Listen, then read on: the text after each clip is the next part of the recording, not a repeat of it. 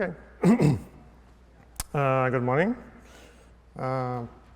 Sorry, I won't be here on Friday, so I'll start with a very tiny demo, but we'll then switch back to slides and with a look at more general things. So what is this? This is Jetson Nano. It's some custom 3D printed shell, which actually runs Java, doing real-time video analytics. We'll try to do some real-time video analytics right now. All right. So it counts you. It sees some people in the room and tries to track them. The actual dipstream SDK and very high frame rate in real time. So you can see it may help us at our booth. Then accompany some exhibition or at a conference. We can just put it there and to use our own Java technology to see how attractive our booth, for example, is. Right, so is it quite clear?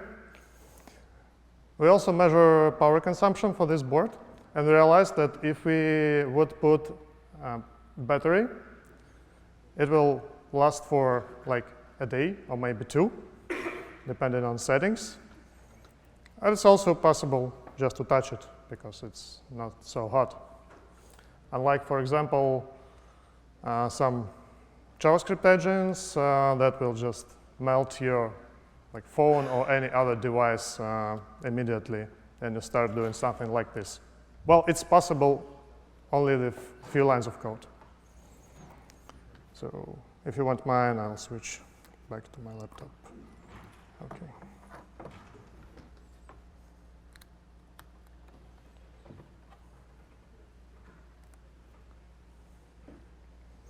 So who am I?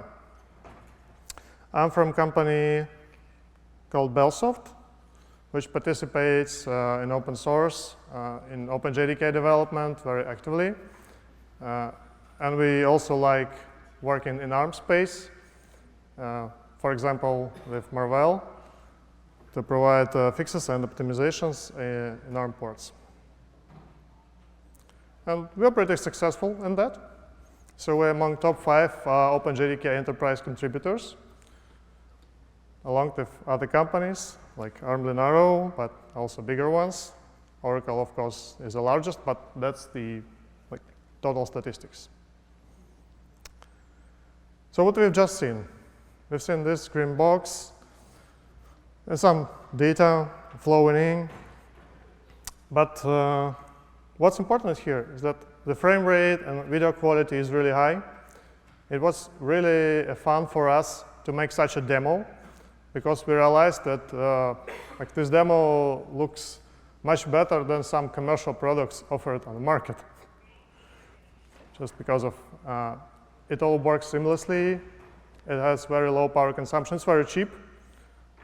You can probably get some old phone for this price, but this is a device you can really play with. And inside we had OpenGL acceleration for a GUI. This is JavaFX, skinned with CSS, all nice things like you've seen some kind of line theme, and on this picture it is a dark theme. But anyway, so you were tracked, but your personal data went nowhere. So no personal data to the cloud or somewhere. All analytics was done on device. But after that, for example, we can send it to the cloud.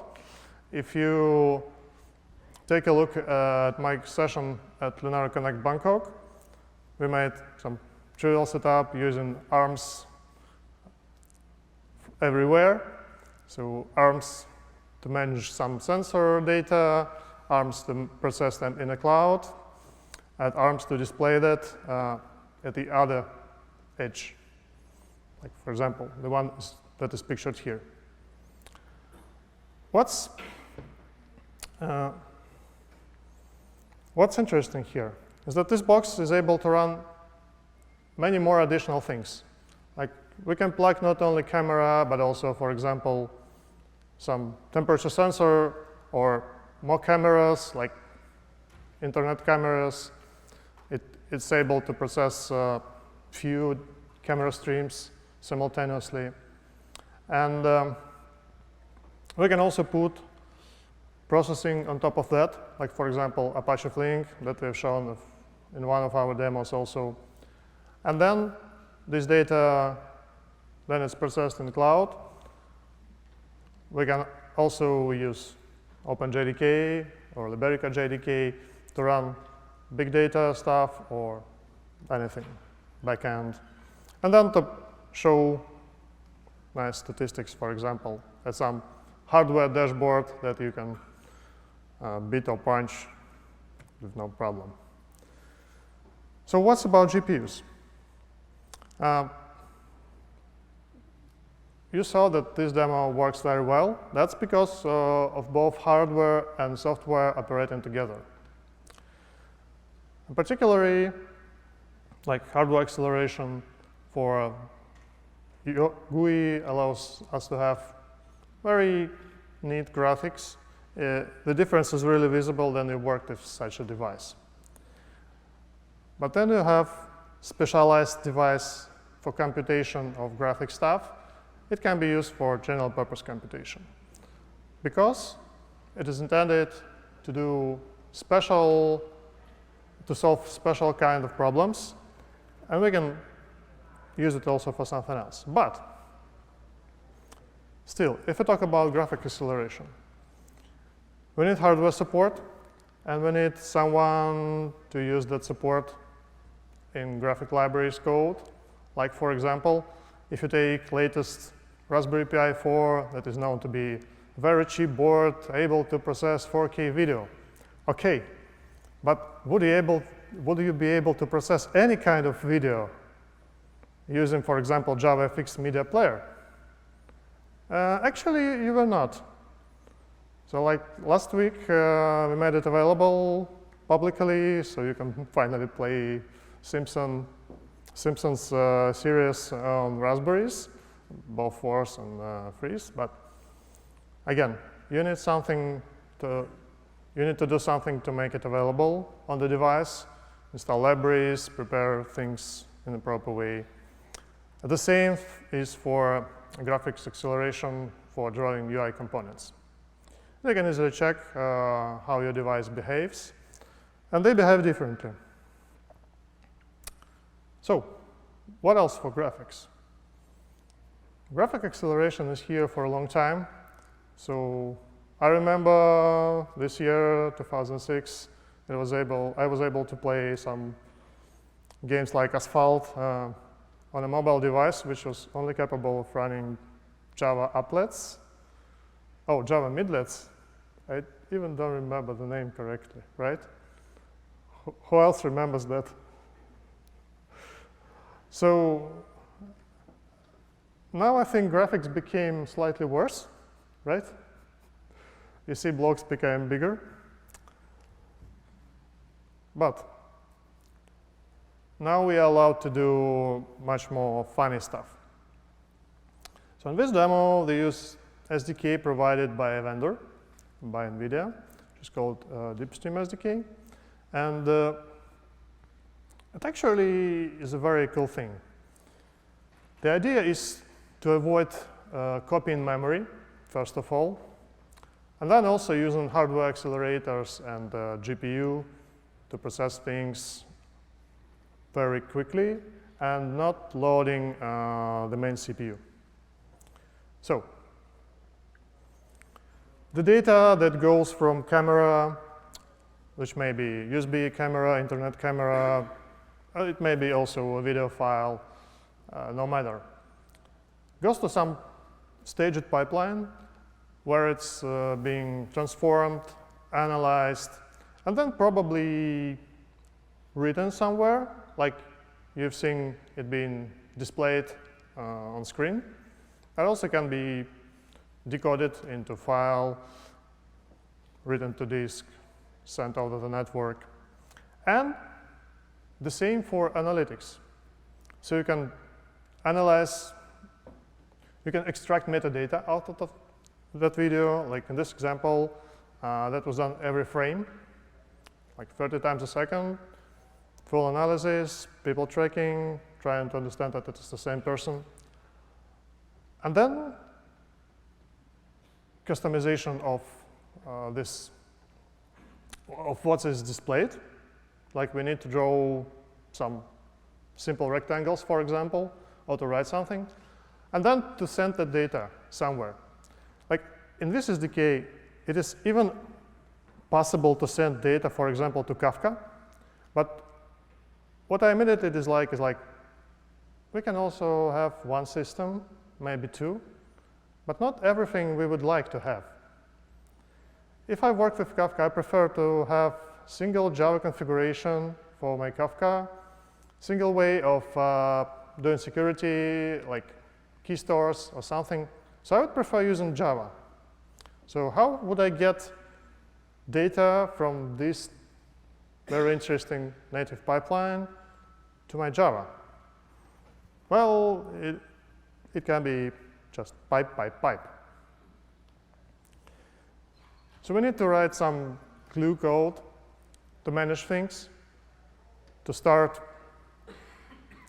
processing, to start getting some video, to start output, to know settings, low-level things. But we also don't want, at least me, I don't want to analyze persons, for example, person statistics in time using C. No. And I don't want to get Kafka inside native pipeline also. I want to do it in Java. So I can easily get a lot of data very frequently. It's not a problem. But that's because this computation is so easy, and that's because GUI is rendered using hardware acceleration. If not, I could be unlucky and to be low in resources. In this case, I would remember that, yeah, inter-process communication may be tricky. If I would use JNI, I would immediately face with some difference in training models, some overhead still. What's the solution? Of course, to use what Project Panama gives us. To use generated bindings and ability to pass callbacks and data from Java to native code and back. That's the key here. So what's inside that pipeline? Yeah, some well-known technologies, but patched and compiled to be very effective on a certain device. But I don't want to know about it. I don't want to even know that there's some tensor RT there. No. I just want to set it up, to provide models, to split the work. Like someone is good at training models, someone's good at like setting things up, someone writes business logic, right? And we need to test things and to deploy and to develop very quickly. And then I have all those tools. We still have intermediate layer to make them available to developers' code. That means tools like information and helper tools that manage GPU information. We need drivers, of course. And still, when we work from JVM, we need some bindings. What can we do to get them? We can write a lot of JNI code and to update it. Then new version, for example, of CUDA is here. Or we can just try to generate stuff using Project Panama. And that sounds much better to me, because we will just run JExtract tool once and get all the bindings. That's what I'm going to try, but not today. By the way, we tried Project Panama build. Thank you, ARM Nano for participating in this work. On this device, and JExtract works. I haven't tried it yet with like CUDA headers, but this is an interesting experiment to do. So what's in CUDA? What will work for us to use this graphical power to compute some generic stuff? We can use JCUDA. It's a well-known library that uses JNI, but under the hood, so you don't have to write any JNI code. You just write Java code and some, well, code in special C for CUDA that determines your kernels. And it also has bindings for other nice things. So not just plain CUDA API, but also really powerful libraries that allow you to calculate real good stuff. Like, I don't know, Kublas, right? And it's very easy to use. So I can write things on this laptop. This is x86. To put some dependencies that are runtime, so like kind of API. Then to provide native binding libraries on the platform, like here on Jetson, and to run stuff. So I don't need to develop on this board. Well, I could, because with the Berica JDK, I can, for example, run Eclipse and work with it as with a normal computer. That's really cool. OK, another camp. Yeah, we know there is CUDA and there is OpenCL, and they're kind of different. Like OpenCL is considered to be more generic, but still NVIDIA doesn't provide support for, I think, most of its cards. So multiple options that I have here. The most obvious one is JOCL, which is written by the same author as JCUDA. It also has nice library bindings. And the code looks very similar for both of them. Small differences, but it's very easy to port things between them.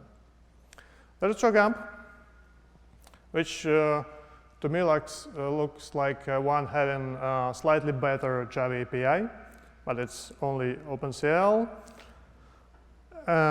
Also, some interesting stuff like processing audio, for example, like making 3D audio effects, things like that. And Upper API,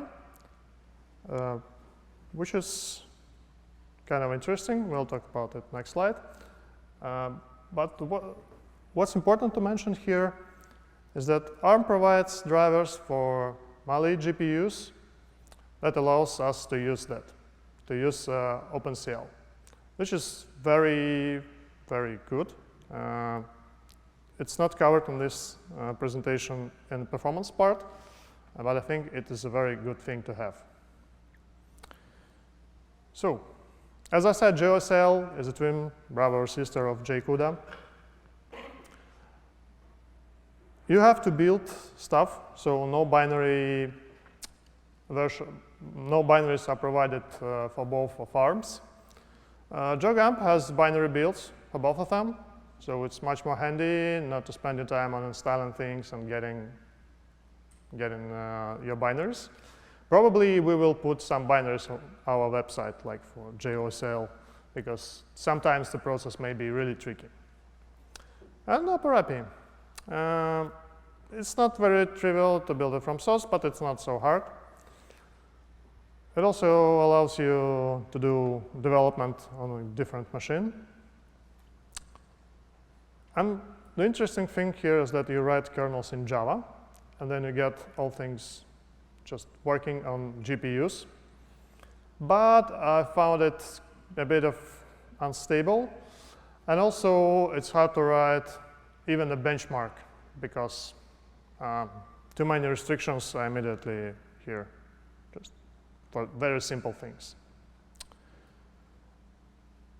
Yeah, about writing code on different machines, what's also good about ARM drivers, formally. There's a thing, I don't remember the name, but it allows you to have the same interface on different boards for using the drivers, which is really useful that you can debug on one board and then try things on another. So kernels in Java. Sounds interesting, right? It is, but it is sometimes complicated. Like in OpenAPI, there are two ways, two branches with different functionality. Mainline is just you write a class, annotate it as a kernel, and then you use that class using single native library for bindings. No extra generation step. Everything happens in runtime. There's a bit oldish thing called Java GPU that allows you to annotate things. Annotate, for example, your methods, so it would be considered as a kernel. And then it generates custom JNI code for that case.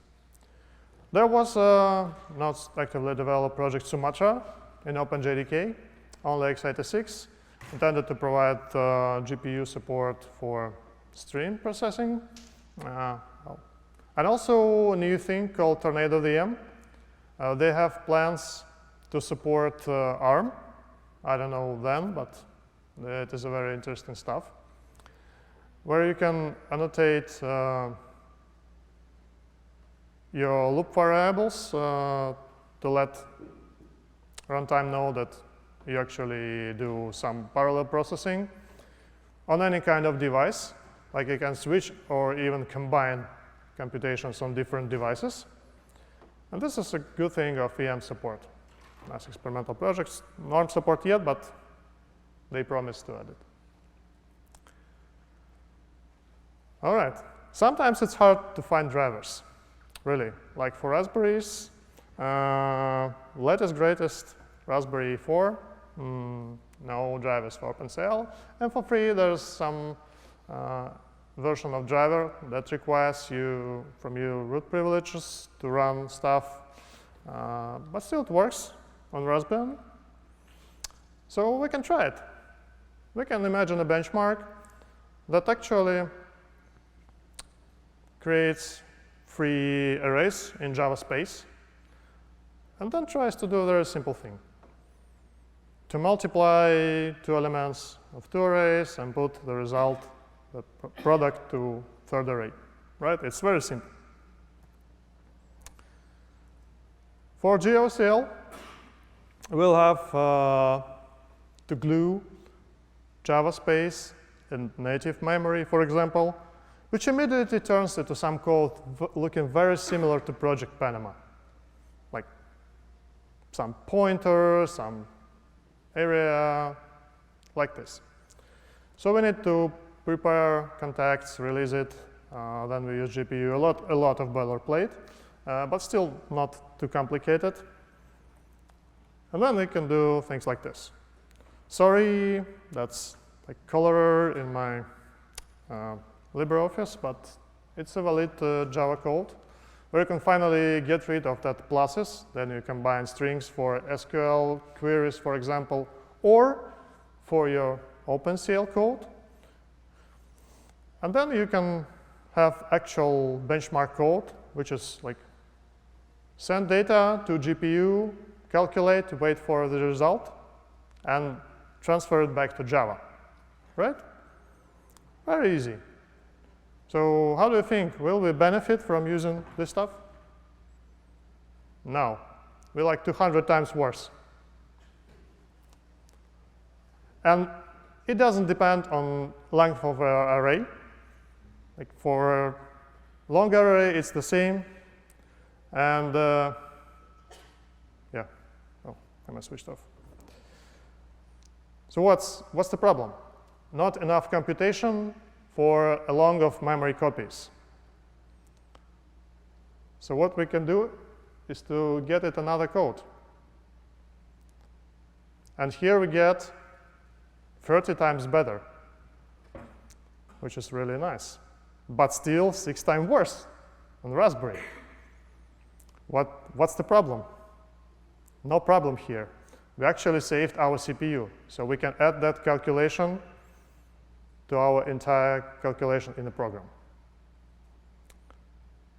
So, takeaways. Things work. It is real fun. We can combine Java and GPU code. We can use JCUDA and JOCL and to be beneficial. But still, we have to measure. We have to measure before, we have to measure after, because we have overheads, and result greatly depends on what algorithm and what hardware do we have. But more promising results with Project Panama. Thank you.